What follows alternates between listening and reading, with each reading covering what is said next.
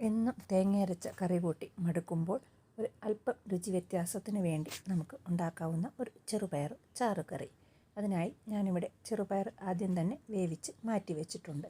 പിന്നീട് ഒരു സവാള കുഞ്ഞായി അരിഞ്ഞതും ഒരു തക്കാളി ചെറുതായി അരിഞ്ഞതും ഒരു പാനിലോട്ട് അല്പം കടുക് താളിച്ചതിലേക്ക് സവാള ചേർത്ത് നന്നായി ഒന്ന് വഴണ്ടി വരുമ്പോൾ അതിലേക്ക് ആവശ്യത്തിനുള്ള ഉപ്പും അതോടൊപ്പം 1/2 ടീസ്പൂൺ മഞ്ഞൾപ്പൊടി, മസാലകളായ മല്ലിപ്പൊടി 1/2 ടീസ്പൂൺ മല്ലിപ്പൊടി, 1 ടീസ്പൂൺ എരിവുള്ള മുളക് പൊടിയും 1 ടീസ്പൂൺ കാശ്മീരി മുളക് പൊടിയും ചേർത്ത് ഈ മസാലയുടെ പച്ചമണമൊക്കെ ഒന്ന് മാറുന്നത് വരെ ഇളക്കി യോജിപ്പിച്ച് അതിലേക്ക് അല്പം തക്കാളി കുഞ്ഞായി അരിഞ്ഞതും അതോടൊപ്പം ഒരു 1/2 ഗ്ലാസ് മുതൽ 3/4 ഗ്ലാസ് വരെ വെള്ളവും കൂടി ചേർത്ത് ഒന്ന് നന്നായി തിളപ്പിച്ച് തക്കാളിയൊക്കെ ഒന്ന് വെന്ത് യോജിച്ച് വരുമ്പോൾ അതിലേക്ക് വേവിച്ച് വെച്ചിരിക്കുന്ന ചെറുപയറും കൂടി ചേർത്ത് ഇളക്കി യോജിപ്പിച്ച് അല്പസമയം കൂടി തിളപ്പിച്ചെടുത്താൽ ചെറുപയർ ചാറുകറി തയ്യാറായി. ഒരു രുചി വ്യത്യാസത്തിന് വേണമെങ്കിൽ നമുക്ക് കസൂരി മേത്ത് കൂടി ചേർക്കാം. ഇത് വെറും ഓപ്ഷണലാണ്.